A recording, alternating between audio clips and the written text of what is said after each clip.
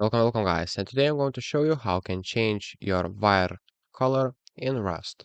So what you'll need to do is press R on your keyboard, and right here you will be able to select a color of your wire, and that's how you will be able to properly place your wire with different color, so it will be easier to organize your wiring or etc. And how you change the wire color of the placed wire. So it's not possible to do that.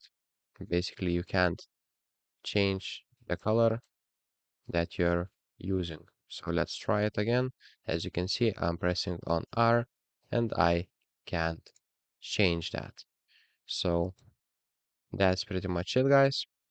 That's how you change color of your wire in Rust. So thank you guys and see you in the next one.